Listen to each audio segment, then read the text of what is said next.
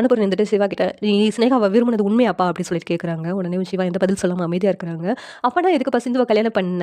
அப்படின்னு சொல்லிட்டு கேட்குறாங்க. உடனே சிவா அதுக்கும் பதில் சொல்லாம அமைதியா நின்னுட்டு இருக்காங்க. உடனே அனுப்பு நின்னுட்டு, "நான் வளர்ப்பு தான் சரியில்லையா?" அப்படின்னு சொல்லிட்டு அழுகுறாங்க. "அழாதீங்க பெரியம்மா. உங்க வளர்ப்பு கட்டாயம் சரியில்லன்னு நான் சொல்ல மாட்டேன். நீங்க அப்படி ஒண்ணும் நினைக்காதீங்க பெரியம்மா. காலம் தான் எல்லாத்துக்கும் பதில் சொல்லும்." அப்படின்னு சொல்லிட்டு சிவா அங்கேருந்து கிளம்பிடுறாங்க. இங்க வீட்டுக்கு வந்தோனே சிந்து யோசித்து பார்க்குறாங்க. நம்மளால தான் சிவாவுக்கு இவ்வளோ பிரச்சனையும் வருது. நம்ம உயிரோட இருக்கிறதுனால தானே இவ்வளோ பிரச்சனை.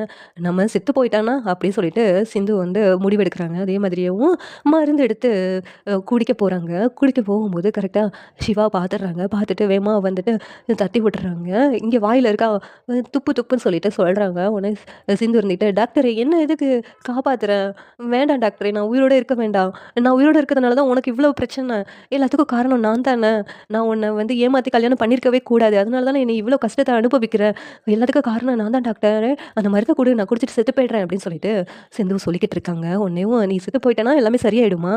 அப்படின்னு சிவா கேட்குறாங்க. "ஆமா டாக்டரே நான் செத்து போயிட்டா எல்லாமே சரியாயிடும். என்ன நீ சினேகா விரும்புன மாரி சினேகாவ கல்யாணம் பண்ணிக்கலாம். அடுத்தது உங்க வீட்ல அன்னபூர்ணி பெரியம்மாவும் எதுவும் உன்ன பத்தி பேச மாட்டாங்க.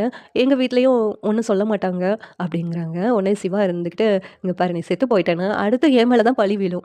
என்ன உன்னை ஏமாத்தி நான் கல்யாணம் பண்ணிட்டேன். அதனால தான் நீ இந்த முடிவு எடுத்துக்கிட்டேன்னு" சொல்லிட்டு எல்லாரும் மறுபடியும் தப்பா தான் பேசுவாங்க. "ஏன் சிந்து விளையாட்டுத்தனமா எல்லாமே பண்ணிக்கிட்டு இருக்க?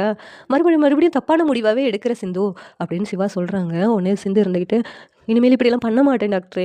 நான் இருக்கிறதுனால தான் உனக்கு இவ்வளோ பிரச்சனைன்னு நெனச்சேன். அதனால தான் நான் இப்படி ஒரு முடிவு எடுக்கலான்னு இருந்துட்டேன். நானு இல்லன்னா நீ சினேகாவ கல்யாணம் பண்ணிக்கிடுவல்ல.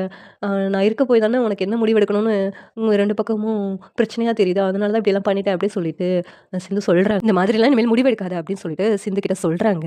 இந்த சீரியல் எப்படி நல்லாருக்கும்னு நீங்க நினைக்கிறீங்கன்னு கமெண்ட் பண்ணுங்க. இந்த வீடியோ பிடிச்சிருந்தா லைக் பண்ணுங்க, ஷேர் பண்ணுங்க, சப்ஸ்கிரைப் பண்ணுங்க. Thank you.